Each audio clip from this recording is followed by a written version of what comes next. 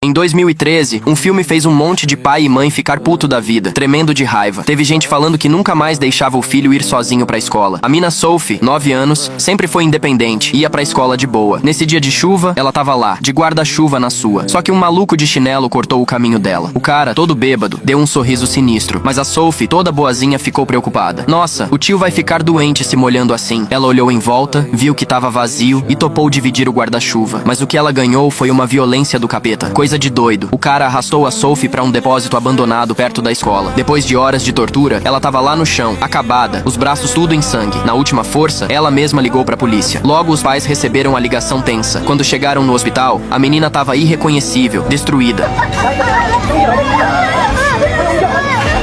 Os médicos soltaram a bomba. O corpo dela tinha um estrago gigante. Metade do intestino tava pra fora, quase morto. Traduzindo, a Sophie nunca ia poder ser mãe e ia ter que viver com uma sacola de cocô e xixi pro resto da vida. A mãe pirou, chorando e se culpando, porque ela tava cuidando da vendinha e deixou a filha ir sozinha. Se eu tivesse ido com ela, isso nunca teria acontecido. Depois de mais de 10 horas na faca, a Sophie acordou.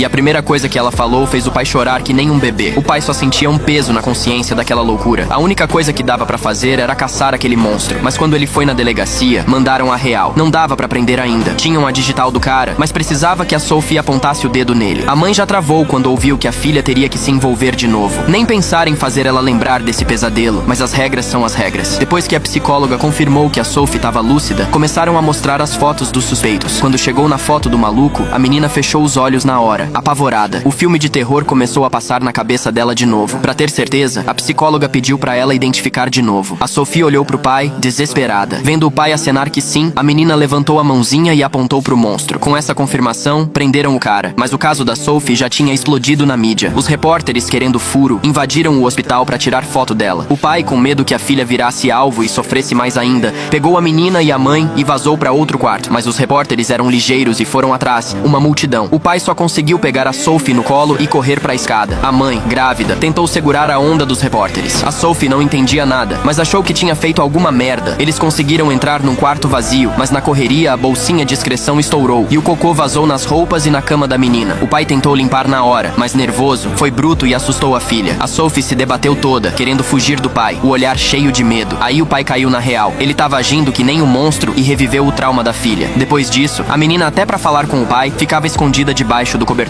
Nunca mais viram aquele sorriso lindo e inocente dela. E pra piorar, o criminoso, no tribunal, negou tudo. Falou que tava bêbaço e não lembrava de nada. E que o depoimento da menina, dado em choque, não valia. Disseram que iam marcar outro julgamento só depois de 6 meses. Um amigo da família ficou tão pistola que tirou o sapato e jogou no maldito. E o pai, diante disso, não pôde fazer nada, só deixar pra lá por enquanto. Pra tentar trazer a filha de volta ao mundo, a mãe e uns amigos se vestiram dos personagens de desenho favoritos da menina e fizeram um show no quarto do hospital. No calorão de junho, eles suaram a camisa, mas não paravam de fazer graça pra ela. Deu certo. Aos poucos, um sorrisinho voltou pro rosto da menina. Mas depois da apresentação, o aluguel caro das fantasias, mais o tratamento, deixou a família na lona. Mesmo assim, o pai alugou uma fantasia. Ele queria ver a filha feliz todo santo dia. Daí em diante, todo dia ele vestia a fantasia e aparecia pra menina. Ele nunca falava, só se comunicava por desenhos, só saía quando ela dormia. A criança vivia num mundo de fantasia, sem nem desconfiar que o herói era o pai. Com os cuidados da família, ela foi melhorando. Mas a cabeça não sarava rápido. Ela precisava de psicólogo todo dia, só que a conta ficou pesada pra família humilde. Mas o mundo tem gente boa. Quando a galera do bairro soube da história triste da menina, todo mundo se juntou pra doar uma grana. A menina finalmente teve alta, mais de 5 meses depois do ataque. Mas ela não tava tão animada assim, porque morria de medo de homem. O pai até colocou um lençol branco separando ela no carro. Passando perto do beco onde tudo aconteceu, a menina pareceu sentir a bad. A respiração ficou acelerada. Quando desceu do carro, vomitou tudo. E o pai nem chegou perto. Quando mãe e filha chegaram em casa, viram a porta toda enfeitada com bilhetinhos de apoio. Eram dos colegas de escola, com mensagens de melhoras e saudades. Ao abrirem a porta, parecia que uma vida nova estava começando. No primeiro dia de volta à escola, a mãe trocou a bolsinha de excreções. No caminho, a menina ficava o tempo todo tocando na bolsa de xixi, super constrangida. Uns meninos foram atrás para fazer segurança. Quando passou pelo cruzamento onde foi atacada, parece que o filme passou de novo na cabeça dela. Só quando ela virou e viu o mascote favorito, que ela soltou um sorriso. O pai só aparecia para ela assim, fantasiado. mas ele ainda tava na neurose. Foi pra escola de fantasia e pediu de novo pra professora cuidar bem dela. Pra fazer a filha feliz, o pai tava pronto pra tudo. Na hora do almoço do trabalho, ele vestia a fantasia quente e dançava pra ela no pátio. No calor do caramba, com os movimentos travados, era puro amor de pai. Cada sorriso dela valia o esforço. Mas um dia, depois da aula, um coleguinha mais esperto descobriu o segredo. A menina foi chegando devagar. Na hora, ela sacou que era o pai lá dentro. Com medo que ele estivesse com calor, ela deu a mãozinha pra ele e foram pra casa juntos. Em casa, a mãe quase infartou quando viu. A menina mesma abriu o capacete da fantasia e deu um sorrisão pro pai. O pai ficou igual um patinho, sem reação. A filha, toda carinhosa, enxugou o suor dele. Naquela hora, não dava pra saber se era suor ou lágrima escorrendo. Chegou o dia da sentença final. A polícia deu o papo reto pro pai. Dessa vez, a menina tinha que depor no tribunal. Senão, o criminoso ia usar a desculpa de que tava bêbado e sem nocão e sairia com, no máximo, uns 8 ou 9 anos de cadeia. Ouvindo isso, o pai se sentiu num beco sem saída. Ele foi pessoalmente no presídio confrontar o John, querendo ouvir a verdade. Mas a resposta do John deixou o pai ainda mais na fossa. O pai explodiu, pegou uma cadeira e tacou na janela de separação. O John nem se abalou. Em casa, o pai ficou noiado. Se esse cara pegar só 10 anos, minha filha vai ter 18 quando ele sair. Ele com certeza vai querer vingança. O pai decidiu que, se fosse preciso, botaria a própria vida na reta pra acabar com ele. A filha ouviu tudo. No tribunal, o advogado mandou a menina identificar o criminoso de novo. Mesmo sem querer lembrar, pra garantir que o John fosse condenado, ela respondeu tudo direitinho. Enquanto ela falava, os pais estavam se acabando por inside. Depois do depoimento, foi a vez do John entrar. Ele sentou no banco dos réus com uma cara de pau. Mesmo com todas as provas, ele continuou mentindo na cara dura. Aí o advogado de defesa mostrou um laudo atestando que ele estava bêbado. Mesmo com 17 passagens pela polícia, pela lei coreana não somava pena. E pior, estar bêbado era quase igual a ter problema mental. Dava pena mais leve. E o desgraçado do John ainda ficou gritando que era inocente. Tava muito louco da cachaça, não lembro de nada. Posso ter feito? Odeio vocês. O pai tava no limite. Quando o juiz deu a sentença, geral no tribunal ficou chocado com a injustiça. O animal sem coração trocou a vida inteira da menina por só 12 anos de cadeia. O pai ficou com o rosto vermelho, se segurando. Ele se levantou, meio em choque, pegou a placa do promotor e quis acabar com o filho da mãe ali mesmo. Mas aí, a filha correu e abraçou a perna dele com força. Ela sabia que se o pai fizesse aquilo, nunca mais ia ver ele. O pai olhou pra filha chorando. Aquela dor insuportável ficou presa pra sempre dentro dele. E o caso ficou marcado pra sempre naquele dia. O tempo passou e a família cresceu. Quem sofre muito às vezes é quem mais sorri depois. Pra não ver os outros na mesma bad. É um recomeço. Talvez o tempo ajude a curar as feridas. Que o mundo seja mais com amor e menos com ódio. Que a gente se trate sempre com respeito. Essa história dói na alma e faz a gente pensar no quanto o mundo pode ser cruel, mas também no quanto o amor de pai, de mãe e de pessoas boas ainda segura tudo de pé. Mesmo depois de tanta dor, injustiça e trauma, o amor falou mais alto que o ódio. Que Deus proteja nossas crianças, cure feridas invisíveis e nos ensine a ser mais humanos todos os dias. Se você acredita que o amor ainda vence o mal, comenta amém.